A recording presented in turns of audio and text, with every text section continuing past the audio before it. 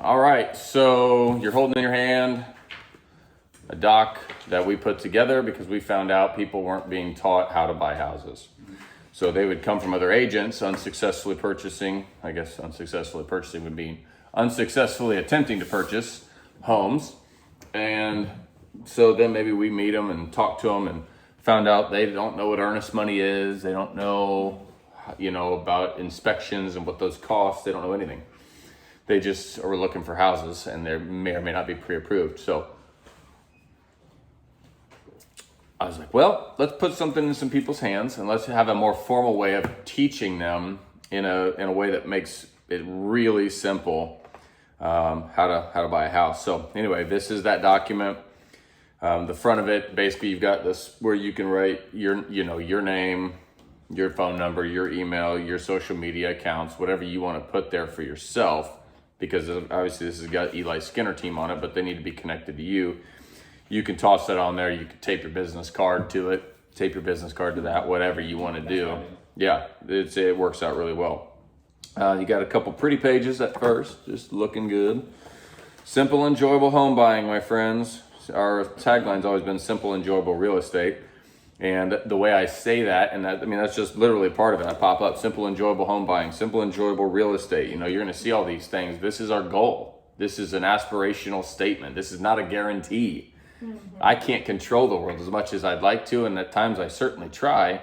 I am not in charge of the other people involved. And so I can't promise that it's going to be simple. I can't promise that it's going to be enjoyable, but that's our goal. And you're going to start to see that even as we go through this book, that we keep it really easy, really simple. And when it needs to be complicated, the great news is we've done complicated. We know complicated. We've ran into about every problem you could possibly run into and either overcame it or learned from it, one of the two.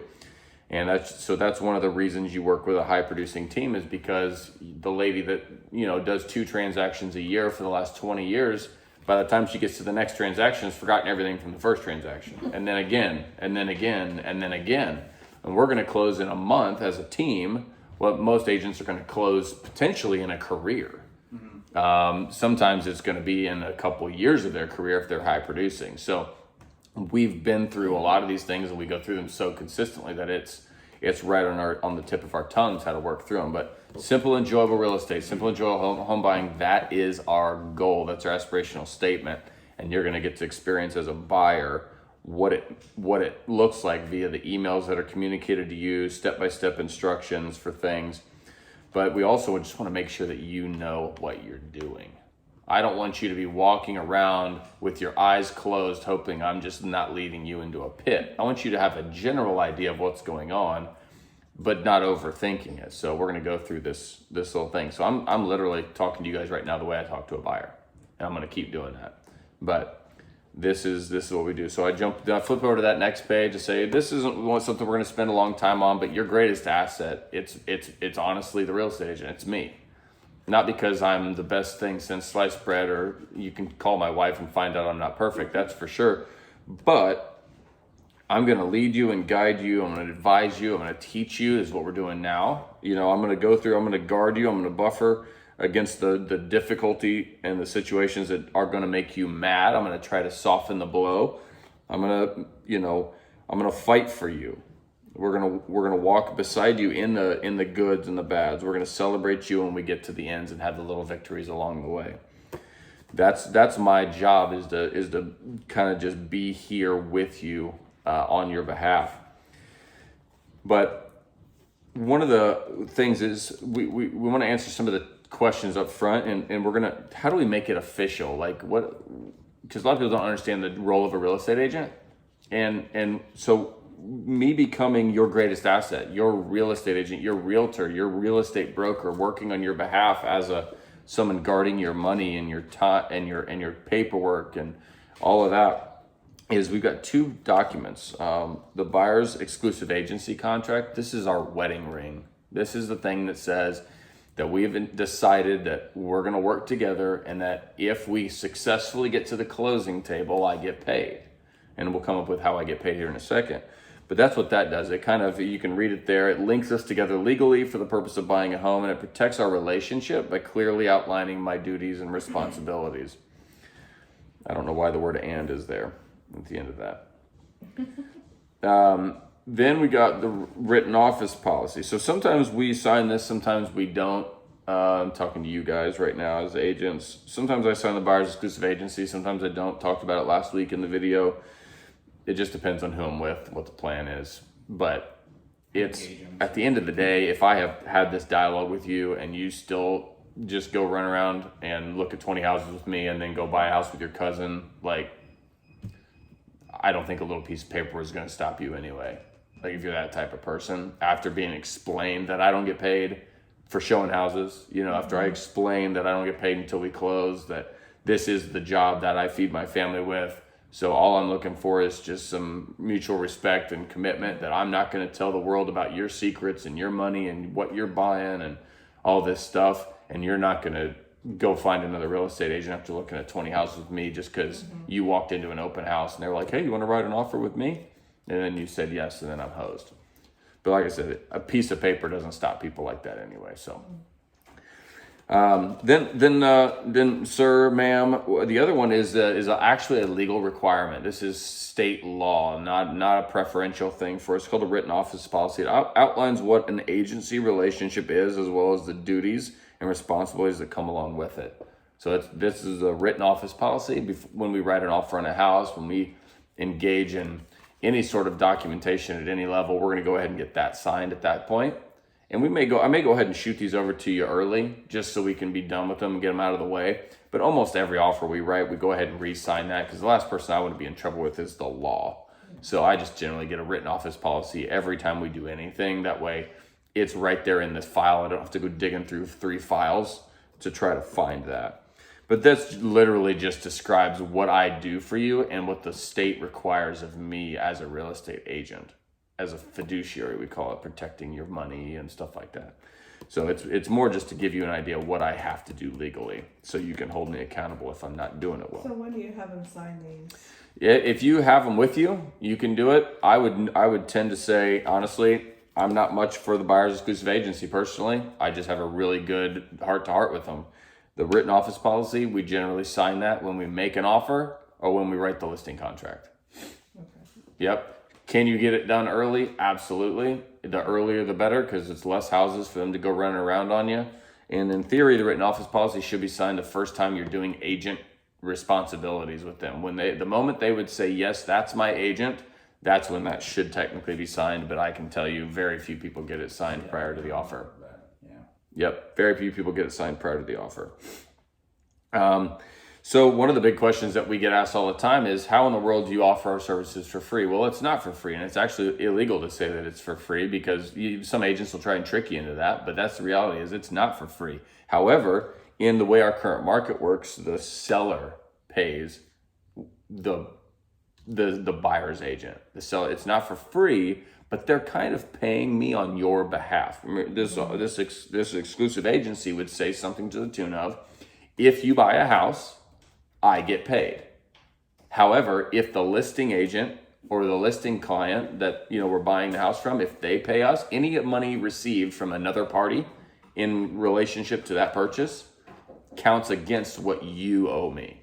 Does that make sense? So if for us, it's typical like 3%. Great. If I go sell you a house, or if we go buy a house and they pay me 3%, then you owe nothing. If they pay me 2.5%, you owe nothing, because I'm going to make it very clear with you. This is another reason I don't always sign this, because honestly, I don't want to mess with it, because I'm happy to get whatever I get on that. I trust that God's going to take care of me, and I've never had trouble worrying about money before. So if they, as long as they pay me, then you don't have to pay me.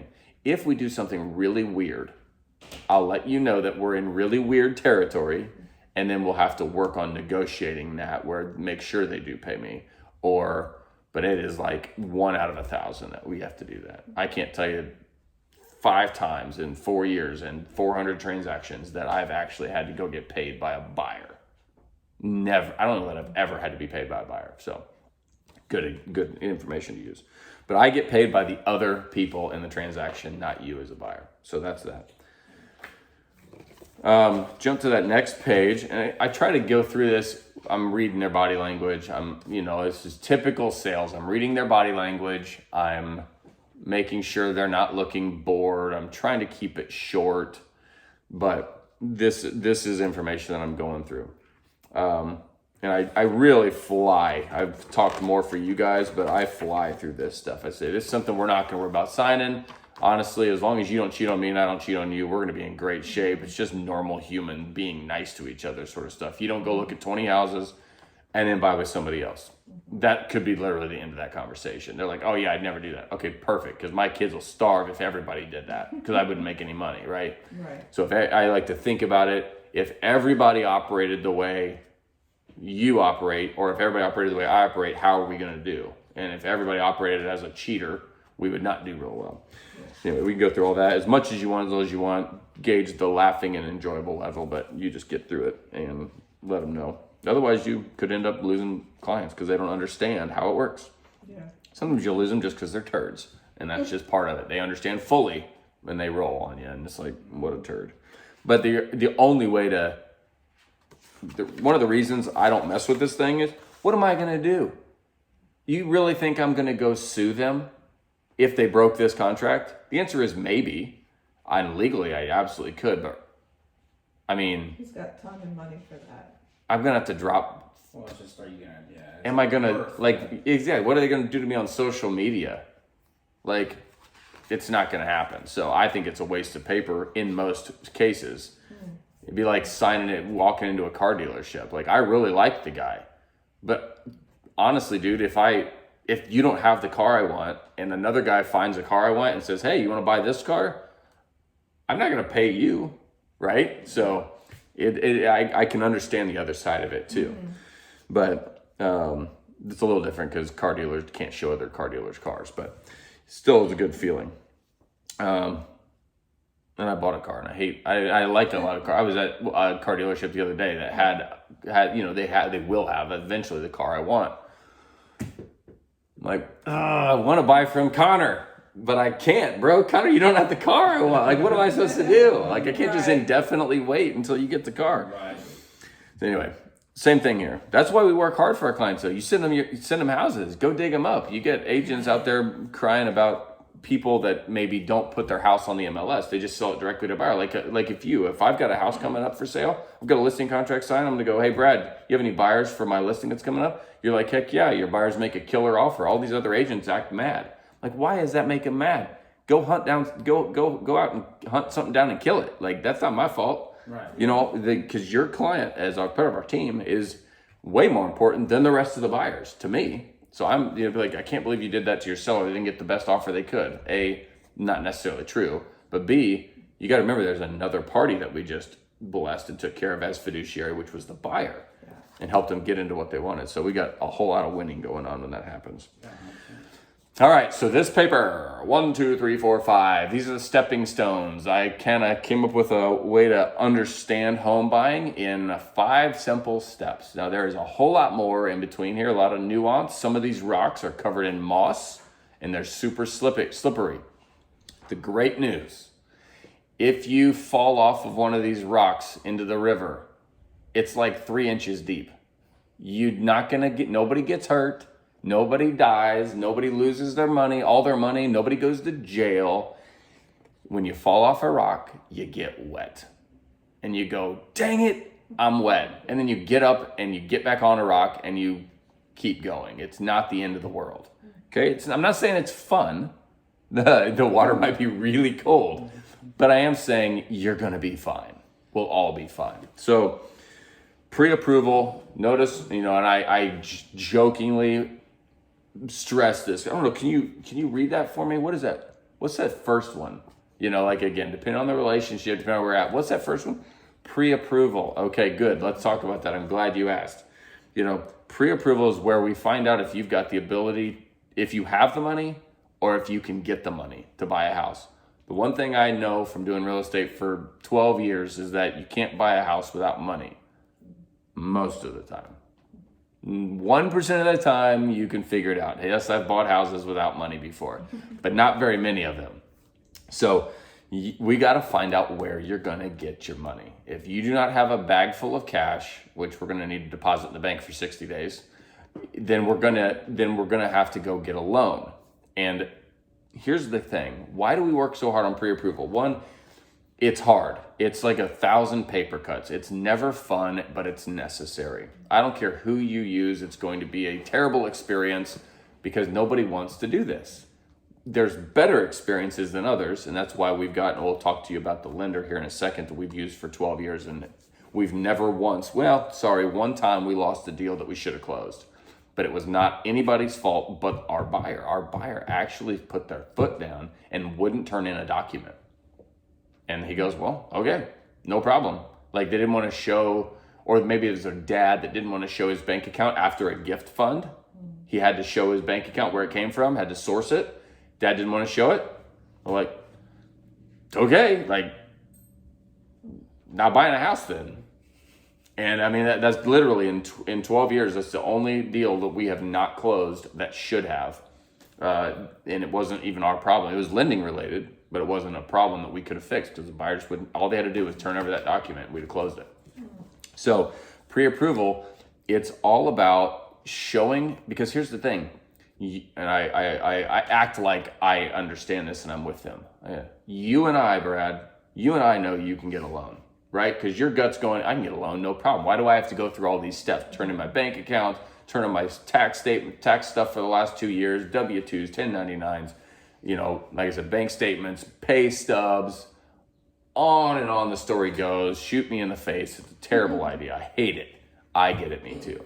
So you and I know you can get a loan. The problem is we have to convince people that don't care about us that all they want is the most money in the most timely way for their house. And they're not just going to, because of their agent that knows the business, they're just not going to take your word for it that you can get, oh yeah, we'll be fine. That doesn't work. So we need to convince people that are not our friends that you can get a loan. That makes sense. So you don't have to convince me. I'm fine, whatever, bro. You say you make money. You say you're clearly breathing. You say you got a decent credit score, and you say you make some money. Awesome. Let's go find a house. Bad news. When we find the right house, you're gonna have to convince the other side that you can get a loan, or they're not even gonna look at your offer. That's why we do the pre-approval first. Can you shop before a pre-approval? Yes, but it's a stupid idea. It makes absolutely no sense because you're gonna find your dream home. And then you're going to go, Eli, let's make an offer. I'll be like, hey, great. Send me your pre-approval letter so I can convince them you can get a loan. I don't have one. Okay. So we're just going to send an offer. You know what I mean? Like it just doesn't make any sense to shop without money.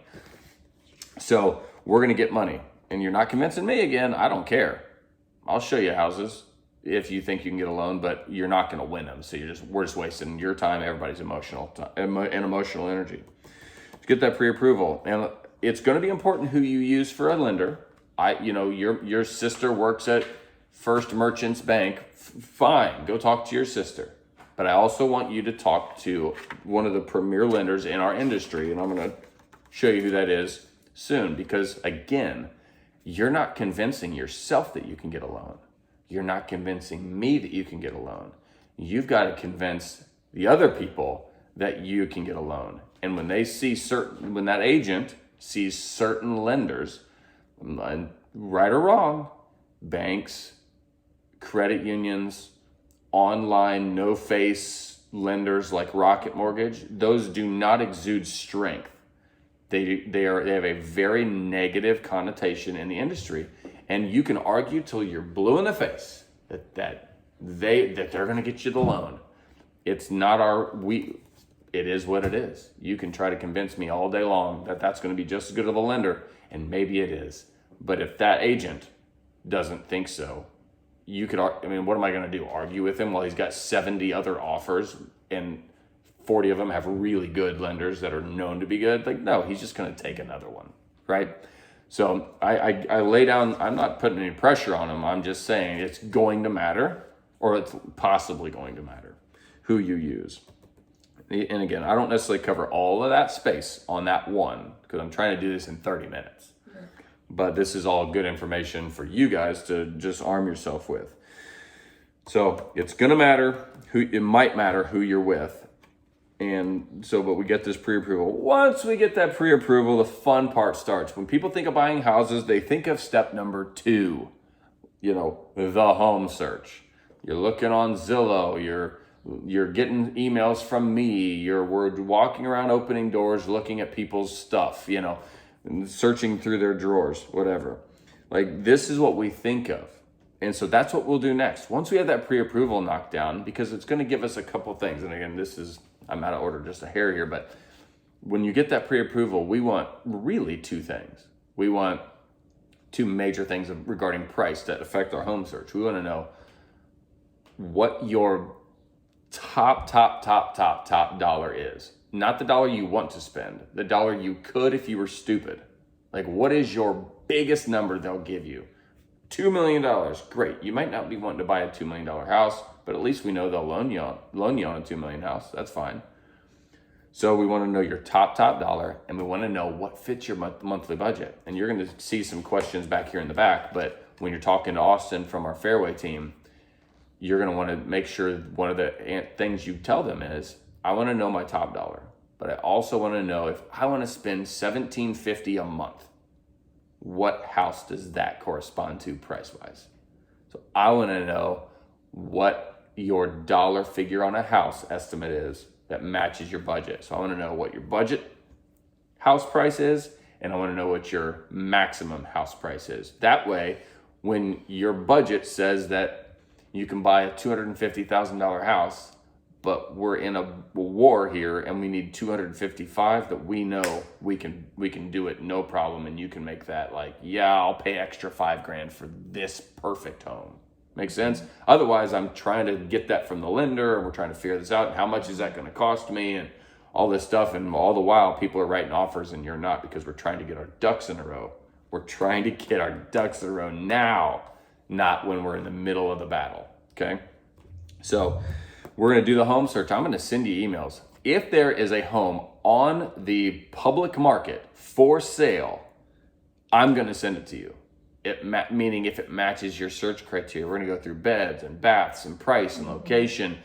Does it absolutely have to have a fence? Are you willing to put a fence in later? I don't know, but we're going to go through the biggest chunk things. So, which is typically, just for your heads up knowledge, is price, bedrooms, bathrooms, location. Sometimes garage is going to be important. It would be for me. I mean, if it doesn't have a garage, I'm not interested in today's world. Like, I'm not going to, but downtown Indy, there's lots of homes without garages. So may not be a thing, but there's so few houses on the market right now, and this could change. But right now, if you squash that search too much, you won't even have anything to look at. If you put in Clark Pleasant schools, 4 bedrooms, 2 bathrooms, you have like 1 house. I mean, just doing that, location, bedrooms, bathrooms, and price. Well, you didn't even do price. You do price of, $325 and down. Now you have 1 house in all of Clark Pleasant available to you. So don't squash it too much, unless we do your search and we find out there's 50 options or 100 options. Then we might start going, okay, well, it needs to have a attached garage, or maybe just a garage in general. Or we're going to put that it has to have a fence or whatever, just to kind of limit your options so you don't have choice fatigue. Choice fatigue being you have so many options you can't make a decision. It's like when you go to a t-shirt wall and there's 100 t-shirts, a huge chunk of people walk away. People think, oh, let's give them all the options in the world. But the reality is you can't handle all the options in the world. That's why they made up choice fatigue.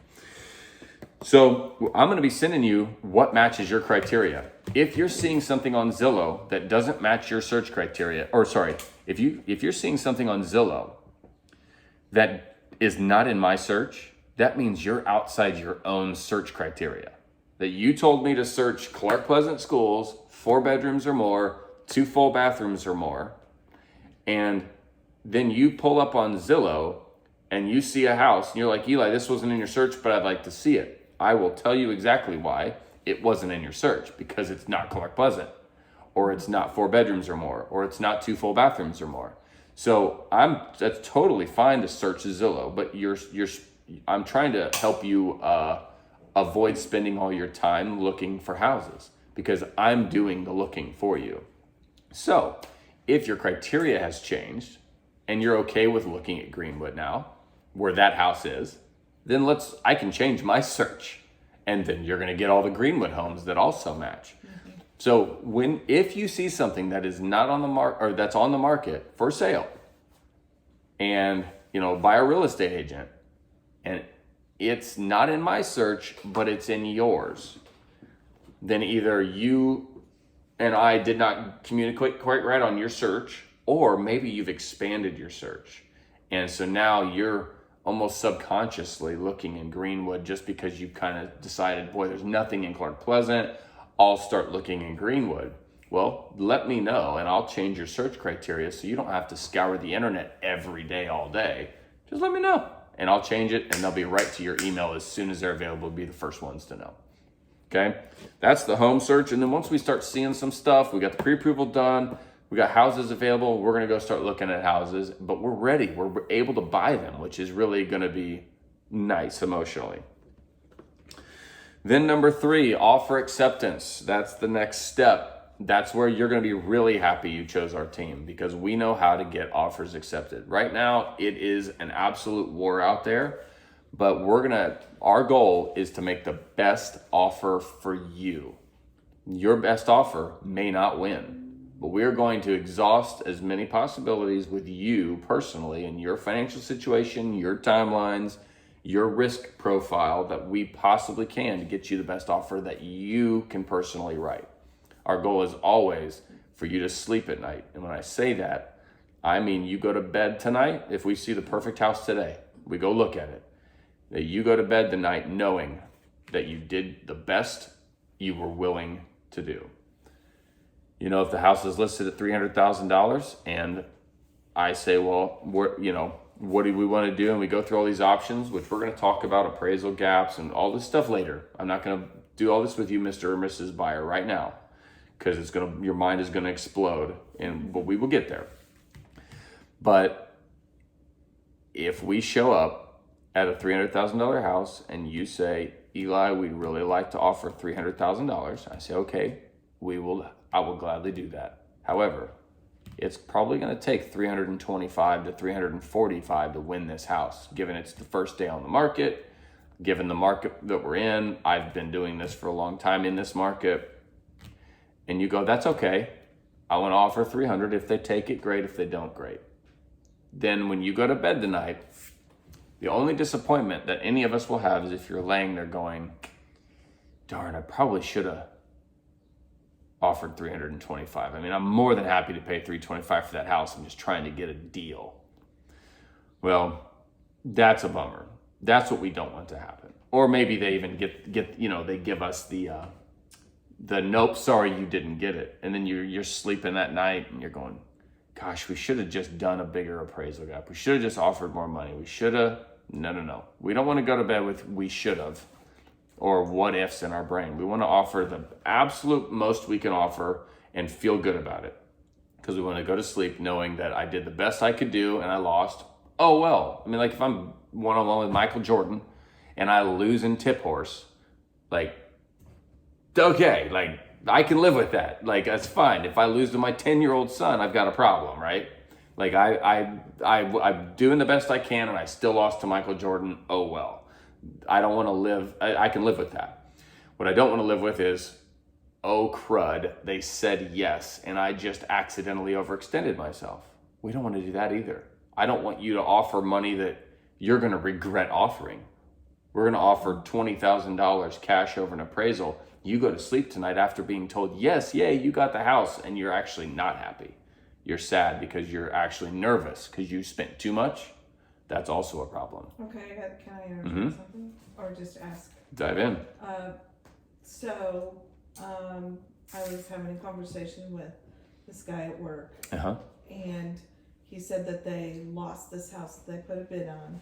He's with a totally different agent, company, everything.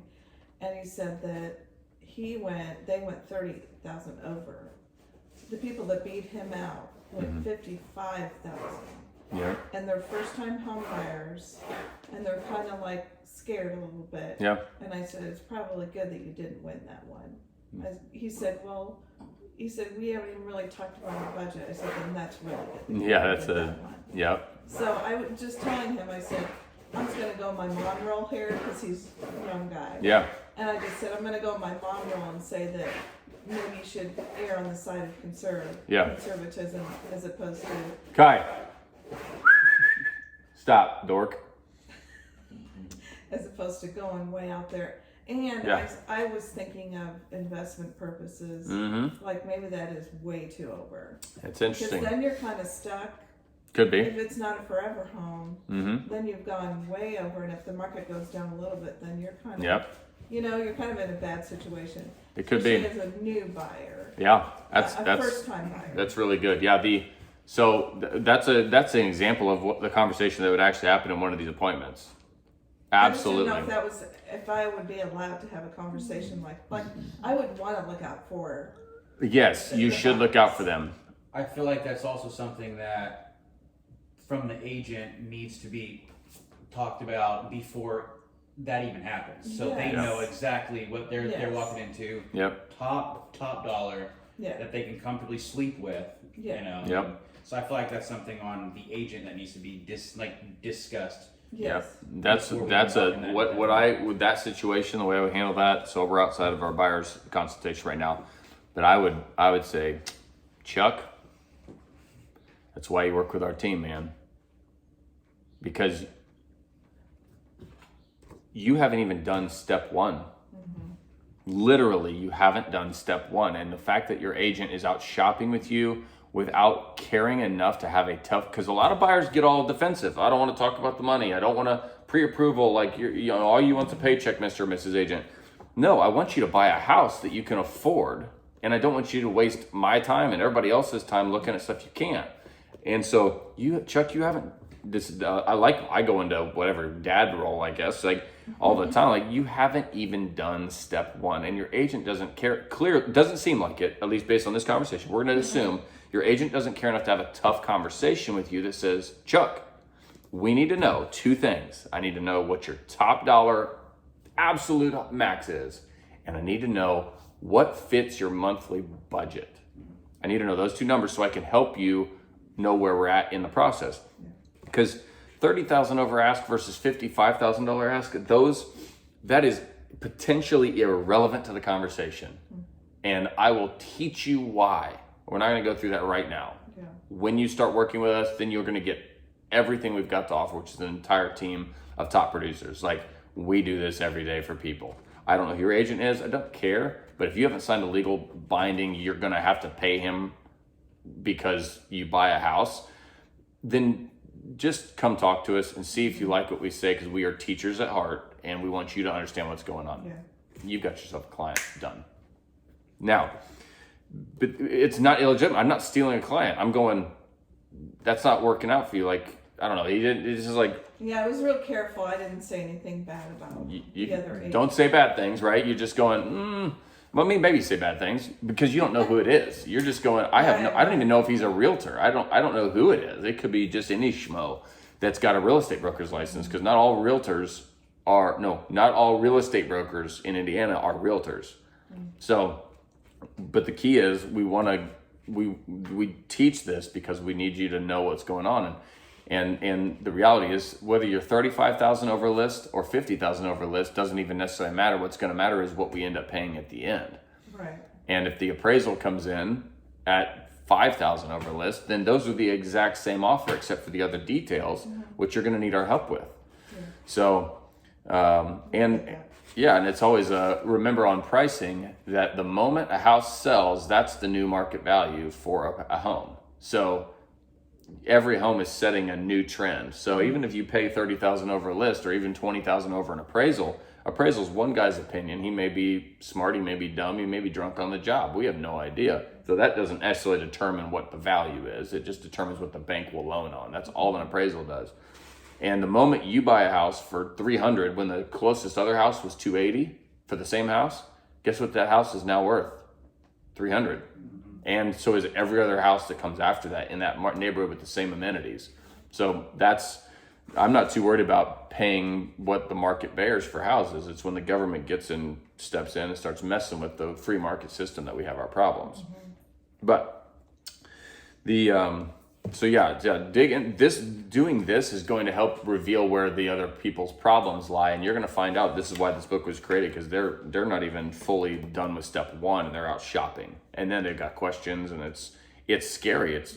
I mean, like, come on, you got to know your budget first and foremost. So yeah, offer acceptance. We're going to employ a bunch of tricks and tactics to make sure the best offer for you, but our goal is that you can sleep at night, that you didn't offer more than you can sleep with, and you didn't offer less and wish you had offered more. Like, our goal is to be in the sweet spot. So we're going to push for that. We're going to ask you a bunch of personal questions because I want to make sure we're making a perfect offer for you. Then once our offer is accepted, yeehaw, the real work begins. The inspection is going to occur. I'm not going to dive deep into this with you, Mr. and Mrs. Buyer, but we're going to have the home inspected, because when you made the offer, there is a certain assumption about its condition that you had to make. There's a certain assumption about its condition that the sellers are under. And so now we've all have these assumptions about the condition of the house. We've agreed on this price. The problem is, if the inspection reveals that the condition is not what we all expected, then we have to renegotiate some things. That's the whole point, is you're assuming things, they're assuming things. Based on those two probably incongruent assumptions, we've arrived at a price together. Problem is, the assumptions are incorrect at some level for sure. 100%. It's nicer than you thought, or it's worse than you thought. It's nicer than they thought, or it's worse than they thought. So we're going to have to get the inspection that's going to help us also become more congruent on the condition it's in. And then we renegotiate accordingly, okay? That's what the inspection's all about. And now when we walk into a house, we're not gonna, again, I don't talk a ton about this, but you gotta have this type of conversation somewhere. So if it's all going really well, then have it there. But we don't go into houses completely blind, just like, oh, this is so pretty, let's write an offer. Like, no, we're gonna go into the house, we're gonna look at it. We're gonna look at, like, step back into the street, look at the roof. Is it a 3-tab or is it dimensional shingles? 3-tab being the flat roofs. They're generally put on back in the day, or they were put on because they're cheaper. Or is it a dimensional shingle? That could be 20 years old, but it also may very well likely be more recent if it's a 3-tab, dimensional, which is going to be a little more bumpy. It's called architectural shingles when they're really dramatic. But these dimensional shingles could reveal that it's a newer roof. We're going to maybe ask the agent, what's the age of the roof? Because what I don't want to do is pull up to a home that clearly has a bad roof or a old roof. Write an offer, and then we go have an inspection, and guess what the inspection says? It's got a super old roof. It's at the end of its life. And we're like, duh, we knew that. We looked at it at the showing, but then you want to negotiate for a new roof. That makes no sense to do that. We knew it was an old roof when we bought it. We were not going back and negotiating for a new roof when we clearly saw it was an old roof. Same with furnaces and air conditioners and water heaters. We're going to look and try to figure out what the age is by looking at the serial numbers, and I can help you do that, and I'll do it myself. We're going to try to find the serial numbers. How old is this thing? Sometimes the listing will say, sometimes we can ask and find out, but we're going to do our own due diligence up front like we're buying anything. This is not we just throw it, just go crazy, and I mean, we might, but that's up to you. But we're not going to negotiate for a new furnace when we could clearly find out that the furnace was 30 years old when we looked at it the first time. Mm-hmm. Now, if we show up and the furnace is broken during the inspection, that's different. Old and broken are two different things. Old and useless are two different things, right? Grandma does not like to be called useless just because she's old. That's how I remember this. I say, my grandma is going to take great offense to the fact that you want a brand new furnace just because this one's old, even though it works just fine. You're telling grandma she's not worth anything. Like, no, that's not the case. Old people are wonderful. Old furnaces are great. It might work for another 30 years. But if it's told to us that it's a year old and we find out later it's 20 years old, that's a different ballgame. We were lied to, or there was incomplete information. New information. But if it's 20 years old and then the inspector says it's 20 years old, guess what?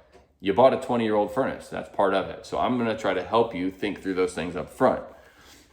But again, we're in a tough market, so you sometimes just get to buy old furnaces. But that's the inspection world. We're going to have it looked over by a professional. and then we're going to make new decisions if we need to, but the seller is never under an obligation to repair or replace anything. You bought the house as it stood. You just reserve the right to have inspections and negotiate some. The seller is under no obligation. I mean, the house could literally be on fire and full of elephants, and the seller goes, no, take it or leave it, man. That's the house you're buying. And then you can walk away, but they don't have to fix it. And then the fifth one is the appraisal. This is not ordered by you. This is ordered by your lender. And basically, it's going to be happening almost at the same time as the inspection, meaning you are ordering your inspection. The bank is ordering your appraisal. And what order they happen in is normally inspection, appraisal, but it could technically get flipped. But they're separate from each other. So that's going to happen. Don't worry about it. That's where the bank protects their asset. They make sure they're not loaning $300,000 on a house only really worth $200,000, and then they're upside down if you don't pay your payments. That's all that does, is protects the investment of the lender. Okay, and then look at that. Once we cross the appraisal, all that's left is your beautiful new house that you get to move in. So get pre-approved. Once that's done, we go looking for houses. Then once we find the right one, we make a great offer and get it accepted, or we make 10 great offers and get one of them accepted finally. Then we move to inspections. Once we found the great house, make sure it's in the condition we expected it to be in for the price we're paying. And then fifth, your bank orders the appraisal to make sure they also agree on the price, right? Seller agrees on the price, buyer agrees on the price. We just need one more agreement, and that's the bank. Now, that's only because you're having a loan. It doesn't set the actual value of the house, but it does say the most that the bank will loan on it. And then you move in. 5 simple steps. I talked a lot through that, but it's really 5 simple steps. And you can actually drive that point home. I'm talking to you as agents now. You can drive that point home by not spending a ton of time on this, but I'm giving you guys a little bit extra background so you can answer questions. You can take a little in depth if you need to, but for me, this might take 3 minutes to just go boom, boom, boom, boom, boom. Just drive home the main points. But I stress pre-approval. I actually will even say things like, honestly, you know what? We don't even have to worry about these. What comes after pre-approval only comes after pre-approval. This could be completely blind to you. Until you open this door, you can't even see what's next, and that's okay. Kind of what I do is I spend probably 75% of my spiel on one. That's right. You know. That's really good advice. Spend it all on number one. Then we'll talk later. You know? And I'm not talking pre-approval. I am not talking about going online, typing in your social security number and hitting a go button. They're like, oh, good, your credit's great. You're pre-qualified for $400,000. No. Social security, residence history, where have you lived and how long, where you work and how long, your tax records, your bank statements, your pay stubs, all of that stuff has to be turned into your lender. Then you're a pre-approved, ready and able buyer. Until then, you're a pre-qualified, breathing, think you have a job, decent credit score, hopeful buyer. That's not very strong.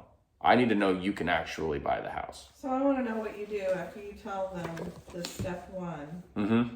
Do you just say, I'm not going to look at any houses for you? I say, yep, basically. It just depends on the relationship. I mean, without being rude. I say, once you're done with this pre-approval process, I'll confirm everything with your lender, because the other thing is, you're not going to know what to do for number 2. Like, what price am I supposed to put in? That's kind of what because it's not that I'm rude, it's just that I'm being honest, where it's like, that's like, I have $5,000 in my bank. I need a new car. My favorite car is a Lamborghini. What are we even supposed to search for until what can I get? I just didn't know what your practice was. If you just go along with it and say, fine, I'll look at houses with you, or if you actually push back and say, well, I will help you. That's the question behind the question. The answer is, this is why we do this first. Because if you start with now you're going to go through Zillow training if you haven't already started it. Zillow training and how to take a lead into a client is drive to the appointment. And my favorite appointment is this one. Yes, let's go look at that house on Main Street. No problem. What time are you free tomorrow? I'm free anytime between 3 and 5. Awesome. Here, let me get something set up. Okay, you're available at 3. Great. What we're gonna do is we're gonna go to the house. But right before we go to the house, I'm gonna meet you at Starbucks at 3 o'clock. Meet me at Starbucks. I want to meet you before we're locked in a house together. I mean, literally, I have these types of conversations. Before we're locked in a house together, let's go to Starbucks. I'll grab you a cup of coffee. Let's sit and chat. I want to hear a little bit about your goals, where you've been, where you come from, and we'll have a great time. 30 minutes, whatever there. Then we'll go look at the house. And this is going to start us off on such a better foot. And you're going to have a better perspective of what the next steps for you look like. And it's going to be awesome. Like, literally, that's how I would talk to them. And then we end up at Starbucks having this conversation. Exactly. And and then we go to the house and we got relationship, we got rapport, they trust you, they understand what's going on. And I'll say, now we'll still go look at Main Street. Like, I'm here to serve you at the end of the day, but sometimes serving you is going to look like telling you the truth and maybe what others haven't and maybe what you weren't expecting. But I'm going to tell you the truth. And I'm telling you right now, if you love Main Street, all it's going to do is make you sad, because I'm going to say, great, send me your pre-approval. You're going to say, I don't have one. We're going to say, darn it. Well, we'll get ready for the next one. Because what's the worst thing in the world, and I've used this line too with buyers, is we're walking around a house, Main Street, and there's 3 other buyers in there. And I start to get the sense that they like it. Or maybe I sense that they don't like it. It's no big deal. Either way, I'm going, now just imagine, what if you loved this house and you're walking around with these other 3 buyers, knowing they've done their homework, they've gotten their pre-approvals in line, and they're leaving here writing an offer. You're leaving here sad that you didn't do 3 days worth of work and get yourself ready to write an offer. That is the position I was talking about at the Starbucks that I don't want you to be in. I'm super happy you don't like this house. But that's what we're avoiding, is the fact that you're going to kick yourself when you do run into the right one and you haven't done your homework. So I'm not really delaying looking at houses as I am pushing on this. Right. Go hurry up and do this. Okay.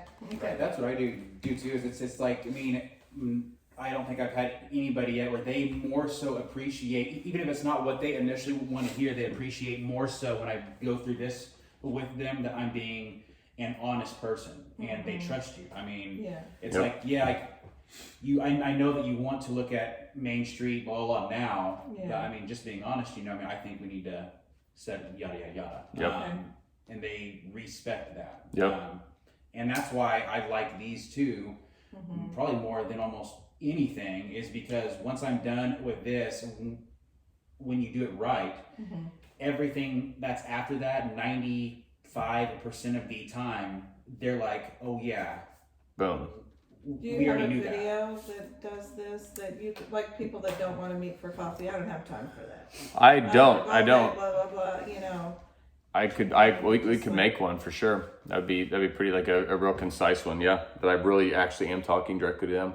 I can work on that. Well, I've done about half of them through Zoom call too. Oh, that's good. The copy of the inspection we have to send to the buyer's agent or no? Inspections, you do if you're going to negotiate. Oh, if you're not negotiating, don't worry about it. No. Yep. Nope. Yeah, but I've done about half of them through Zoom call, and what I've done is I've taken pictures of each page. Yeah. And then what I'll do on Zoom is I will email them this. Yep. Oh, gotcha. And I've got a PDF too. And then I'll walk through it with them. And then go, all right, guys, now on page, whatever. And then they're sitting there looking, but like through Zoom, so you don't have time for copy. Yep. Okay. Well, I mean, like I've done one time outside of Brazil on my laptop in my truck. I mean, just making it work. Yep. Yeah. It's like, it feels weird, and that line kind of about, I'm not really delaying looking at houses.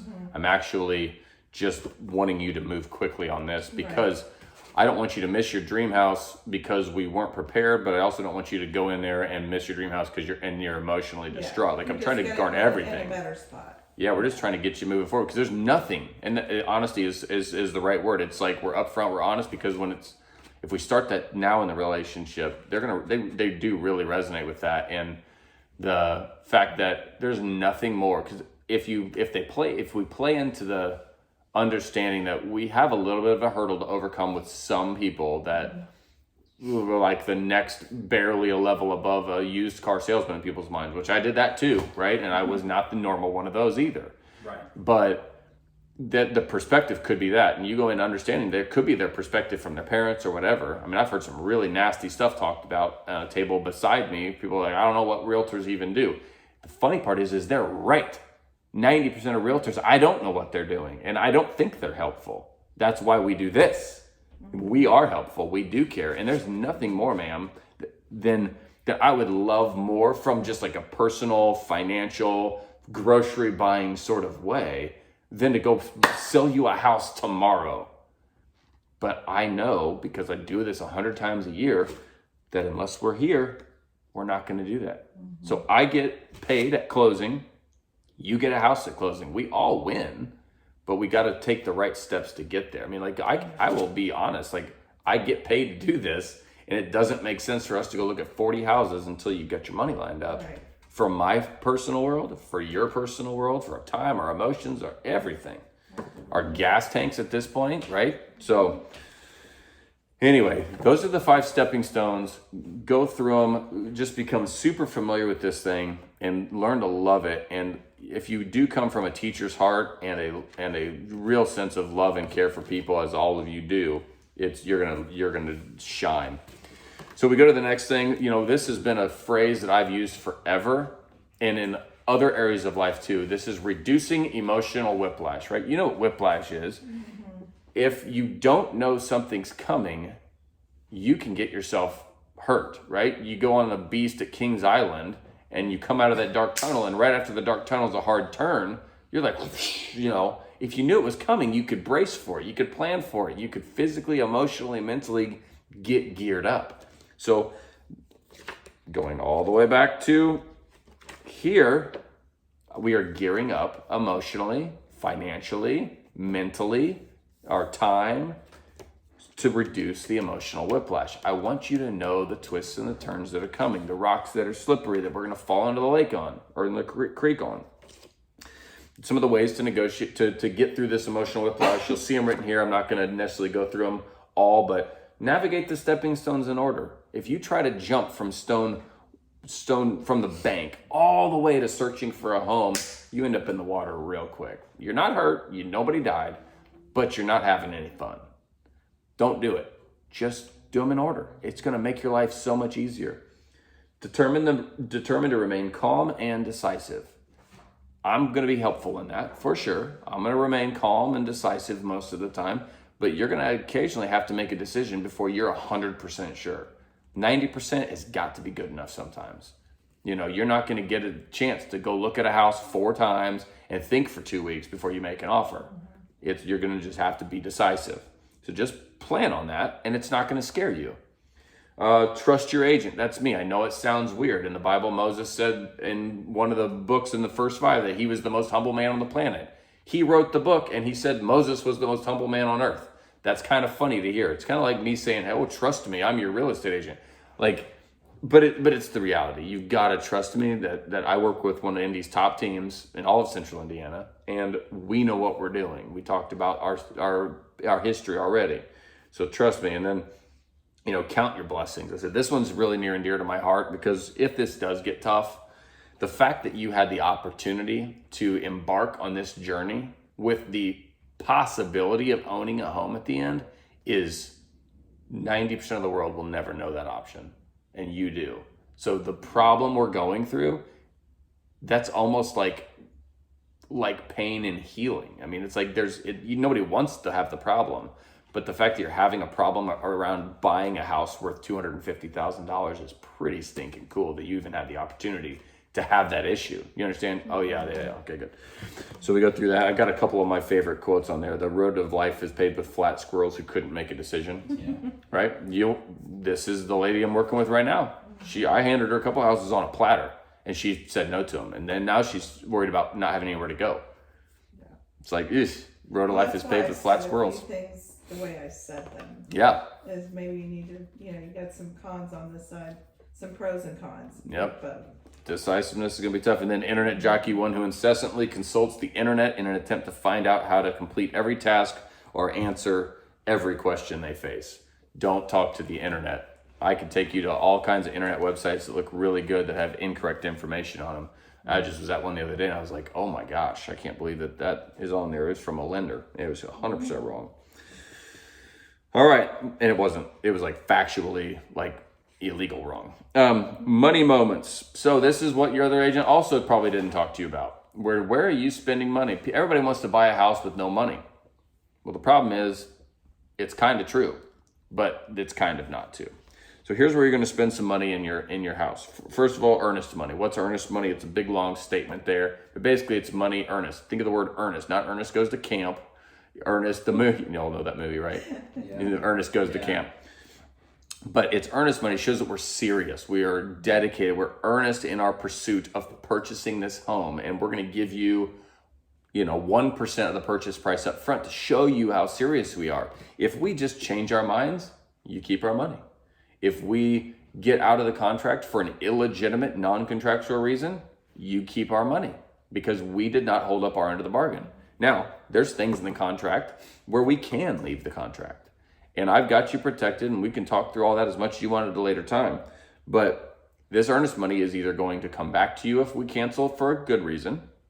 It's going to stay with the seller if we cancel for a bad reason, which makes sense, right? You made them spend 30 days on the market and didn't buy their house. They've got another house payment they weren't expecting. They lost all the other buyers they said no to. I mean, like, the earnest money is probably the least of your worries if you're doing that. Like, they can also sue you.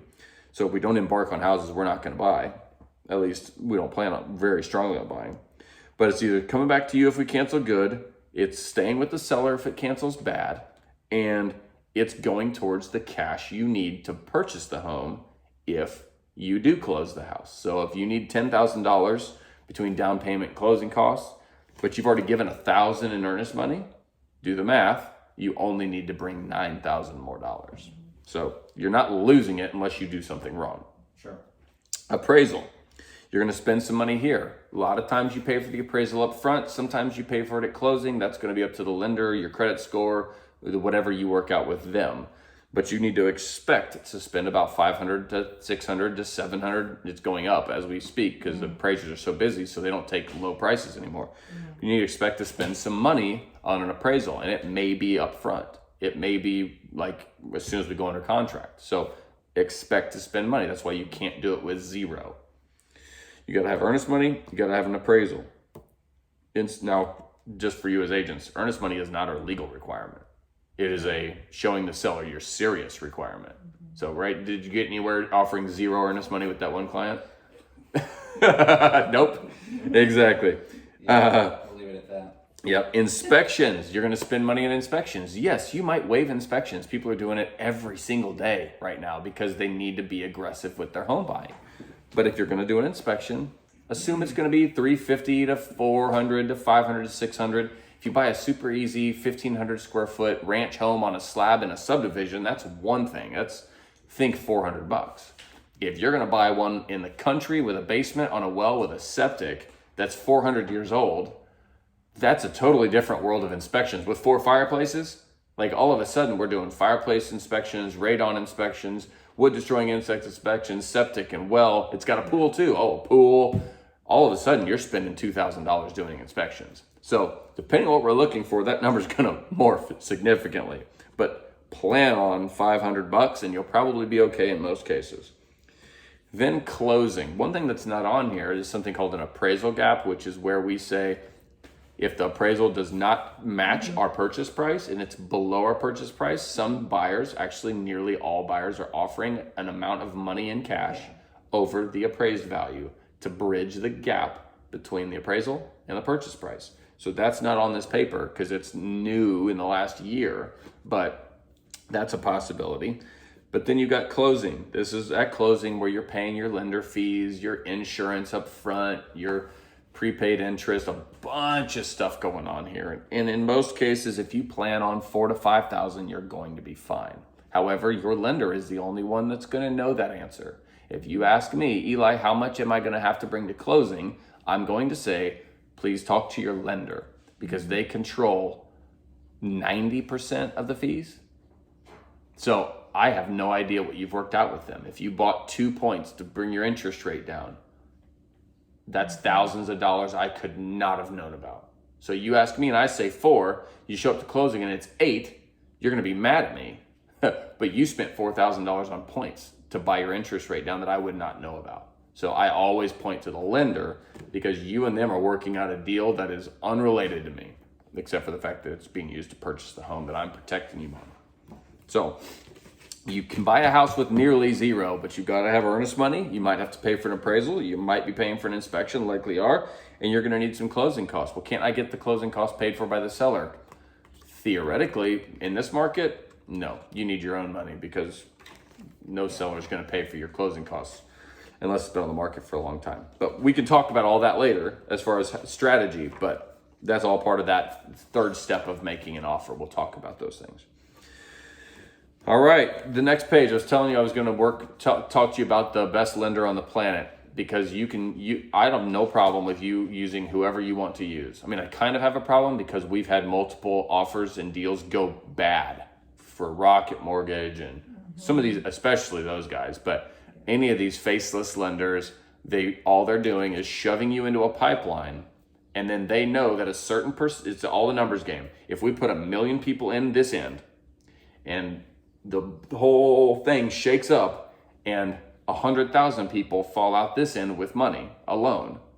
These 900,000 don't mean anything to us because we profited on the 100,000 here. 10% of them even. I don't know the numbers, but just making something up. If 10% fall out, they know they're profitable. So all they have to worry about is not their process and not how many people fall out the end. All they worry about is how many people they stuff on the front end. Because they know the science behind it says that a certain number is going to pop out the end with loans. That's why they advertise on Super Bowl. They want 10 million people to fill out the app online. They know a certain percentage will pop out the other end with a loan and Rocket makes money. The rest of you, tough cookies. They don't care about you. And they don't care about the fact that had they asked for your documents up front, done their due diligence as a lender, and actually cared about you, they could have saved you a bunch of headache, heartache, and time. But they're not worried about that. They're worried about piling you into one end of the funnel, and maybe you pop out, and maybe you don't. Yeah. So we use these people because they're willing to put their own time and money behind making sure you are ready to buy a house. There's not going to be, or very unlikely to be, a situation that comes up in the middle of it unless you hid something where they go, oh no, we need this. Now, if you didn't tell them about your child support payment, that's not their fault. If you didn't tell them about the fact that you got foreclosed on last year, that's not their fault. But your credit score will pull that up, right? They're going to run that. They're going to ask for your bank statements, and they're going to see the last 60 days of bank statements and get an idea of what's going on in your world and if there's any red flags in there. That, hold on, I see your paycheck for your job, but what are these other payments that are coming in?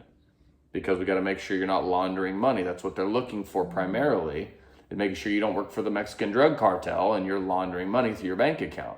So they're going to see that. They're going to ask you your pay stubs. Well, are you receiving any garnishments? Maybe, maybe not. They'll work through that up front rather than sending you shopping, going under contract on a house, you wasting money on inspections, on appraisals, only to find out that the garnishment could have been caught at the very beginning. And we could have shut the whole thing down, said, we'll help you work to where you can buy in 6 months because right now you can't.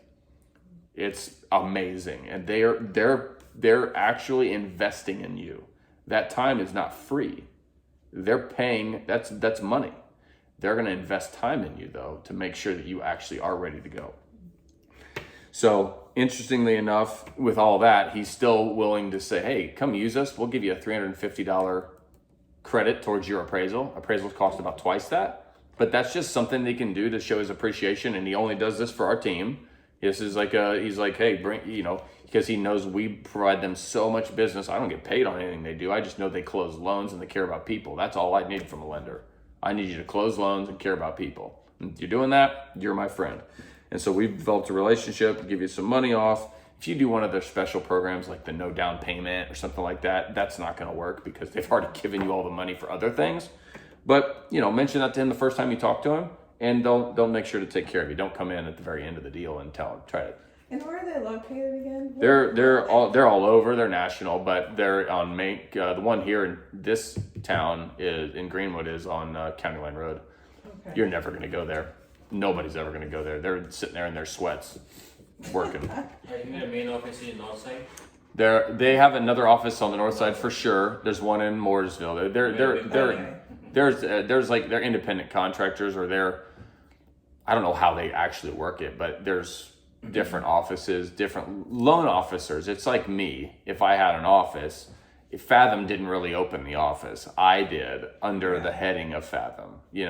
Same with them. They can, like, there's three or four loan officers that work out of that office here in Greenwood. Yeah. Like Austin's probably by far the biggest, Yeah. and his whole team works there. Yeah, Okay. And then he's got another he's got another Smith it's called the Smith team. It's two guys with big teams, last name of Smith. They actually partner up, and they're one on the north side, one here. But that's who you're going to call. I've got an app I'm going to share with you, and I know part of your packet, and I'll get you a packet too for becoming a new agent on the team is, call the lender, call these people, because I want you to have a relationship with them. And Austin has an app on your phone, your face, that you'll share while you're sitting here with your client. That's going to give them the ability to do the pre-approval right from their phone, or they can log in online and do it or whatever. Okay. Super nice. So this, I don't care who you use. I mean, I do, because I want you to have a good experience, and I want you to close the loan on the house that you want to buy. So that's the only reason I'm telling you to use him. Yeah. Period. I know the experience you're going to have. If you want to use Chase, fine, go use Chase. I just can't guarantee the experience, and there may be some I told you so moments along the way that I will try not to say. Okay. Then this is the last one. Not a big deal here. This is just some thought. You can write down notes or questions you have for your lender or for me or whatever here, but honestly, there's just some questions that help you think. What's important to you? What's your monthly payment need to be? What do how much cash do you have in the bank? These are all things that we all need to know so we can make sure we're putting together the right kind of offers and the right type of loan for you. Another reason we get pre-approved, and I may do this sort of thing in real life sometimes, jump back over, is talking about what kind of offer we're going to make for you.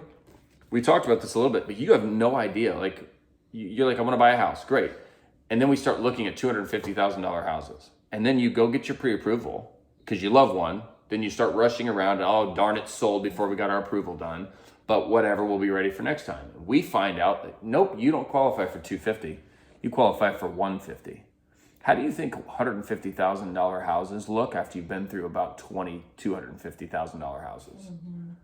I mean, if you've ever ridden in a Lexus and then ridden in a Ford Fiesta, you're dealing with it. That's the problem. There's nothing wrong with a Ford Fiesta. Right. But once you've been driving around in a Lexus for a while, it can be a little tough to climb into a Ford Fiesta. So we need to know what we're searching for in number 2. Are you FHA? If you're an FHA loan, there are plenty of houses we can't even go look at because you cannot buy it with an FHA loan. And pre-approval letter not should be too old. That's right. Pre-approval letters should not be too old. I tell them all the time, I walk around with a pre-approval letter. Eli Skinner, personally, I have a pre-approval letter on file, ready to go at any point in time. I don't care when I'm buying a house. I have no clue if I'm buying a house. I'm just ready. Doesn't hurt. I mean, it's like, doesn't matter. But that's the lender would tell you anyway if it's too old, correct? They may or may not. If you stay in contact and stay at the same lender, but more than likely it's going to be good for 3 to 4 months, 120 days, 60 days. Those are the kind of the bookends. Yeah. 90 days in there is normal, but we're going to know what percentage rate. I'm going to need to know that. We're going to need to know what your down payment is or has to be. We're going to need to know what type of loan, FHA, conventional, VA, USDA.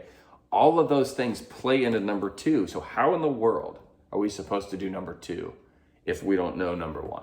Yeah. Just not going to happen. Yeah. So that's why we do number 1. Anyway, that's my buyer's presentation in a really long format.